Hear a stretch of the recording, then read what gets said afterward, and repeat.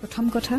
তুমি আকৌ বেক কৰিছা বেক কেতিয়াও কৰিব নালাগে তোমাক হেতুৰ বাবেতো তোমাৰ মা দেউতাই জন্ম দিয়া নাই যে তুমি কাৰোবাক ইমান কাকুতি মিনতি কৰিছা যে মোৰ জীৱনলৈ ঘূৰি আহা ৰাইট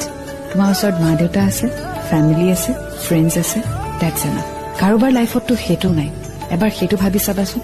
মা দেউতা নাই বাইদেউ নাই ভন্টি নাই দাদা নাই বেষ্ট ফ্ৰেণ্ড নাই সেইজন মানুহ কিমান অকলশৰীয়া বাট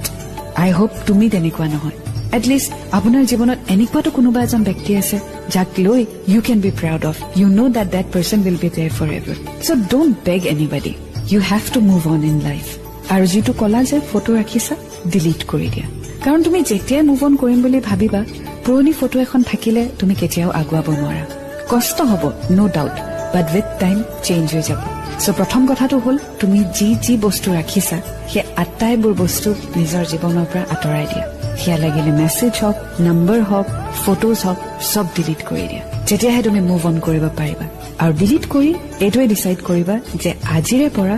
মই এটা নতুন জীৱন আৰম্ভ কৰিম I am special, I am beautiful and people will love me for what I am আৰু আজিৰে পৰা মই হ্যাপি থাকিম কাৰণ মোৰ হ্যাপিনেছৰ ওপৰত বহুত মানুহৰ হ্যাপিনেছ ডিপেন্ড হৈ আছে স্পেশালি তোমাৰ family so delete everything and start a new life and I'm sure you will do it